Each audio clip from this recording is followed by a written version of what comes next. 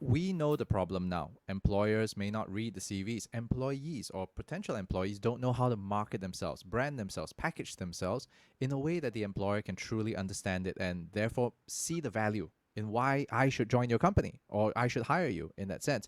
Now, Jay, for your side, when it comes to Weshine, what's the grand vision of Weshine? I know we just started out, but what exactly do you see the company growing into, um, to be able to not just help Singaporeans, but perhaps are we looking at, I don't know, higher income individuals looking for such a solution, or are we growing into some giant unicorn and empire of employability around the world? What are we really doing here? Yeah, I think to start with that, I have to share with you the story and the journey of what happened, before today. Hmm. I was building Stats. It's a B2B fintech.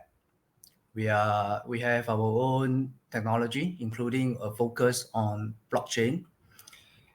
And a big part of that, we always talk about financial inclusion, right?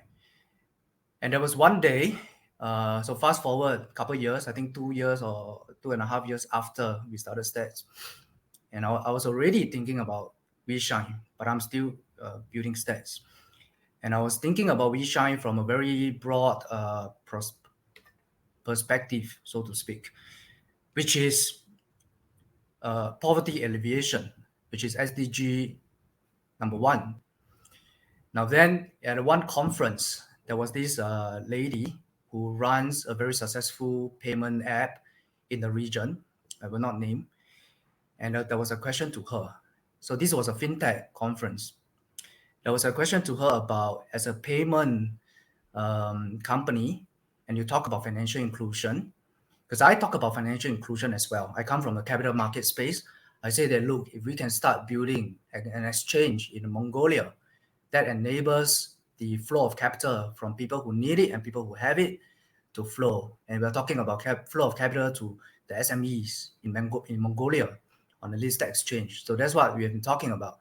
And then here, from a B2C point of view, this lady actually says, very interestingly, she says that it actually matter less whether somebody has an account or not, because a lot of times in today's fintech space, they talk about financial inclusion by saying that, now look, if you're the unbanked, you come on board and then you have a so-called a wallet or bank account on your mobile phone, right? Yeah, so that's wonderful. Again, that's wonderful. But she mentioned one thing. She said that if you really want to talk about financial inclusion, it's about how much money you have in that account. And that strikes a chord. I'm like, yes, that's exactly what I believe in. And that means that we are moving upstream. It means that whatever that I'm talking about financial inclusion, that's wonderful. But if you do not have money in your bank account, in the e-wallet, is that really beneficial? That really, I mean, among many other things, that's one of the things, right? And one of the story that I'll share with you that really tell me that, look, if my vision is to improve livelihood of people, and that is our vision, it's a big vision, and it's intentional. We went through another visioning type of or branding guide type of exercise 1 month ago. They were like, okay, let's reload the vision. I said, no, I'm not going to change my vision. The vision is to improve livelihood of people. That doesn't change. That doesn't change now. That doesn't change 10 years from now, 20 years from now. We want to do that. What does livelihood mean, right? So if I go deeper into it, and it's intentional, livelihood to me is the means of living. It means that you need to be able, if I use that analogy, which is, I do not want to give you a fish, but to teach you how to fish, right? It's really that. And if I start thinking about that, then it's really about jobs and skills. Jobs and skills. That's what it is. Because if I have the ability in some ways to make sure that people around us, especially outside of Singapore, you talk about, is the vision just about, no. When I started, actually, another side story, I'm like, I'm not going to do anything in Singapore. Why? Because the government has done such a good job. You have jobs and skills everywhere, right? You look at that logo, like, and they have skills futures, they have E2I. It's wonderful. Government is doing a wonderful job. You look at Africa, you look at neighboring countries. I think there's a lot more to be done because also there's a lot more people at the base of pyramid. Right. So coming back to jobs and skills, if the vision again is to improve livelihood of people, we want to make sure that we have tools that's available to people today that they are not served. I think you and I, we are served very well. Yep. Sometimes, I mean, I don't have headhunters coming to me. My friends have. They say, hey, look, there's this job, do you want to take it? You have a lot of ways to upskill yourself. You know how to go online, search. You have LinkedIn now. You have a nice CV. You have resume writing courses. Many things. Again, if I take a look at people at the base of pyramid, what do they have? What do they have? Today, if you are a young person who has left your village, you're in Ho Chi Minh or you're in Jakarta, you finish school, what's next? Sure, there are some things, but can more be done?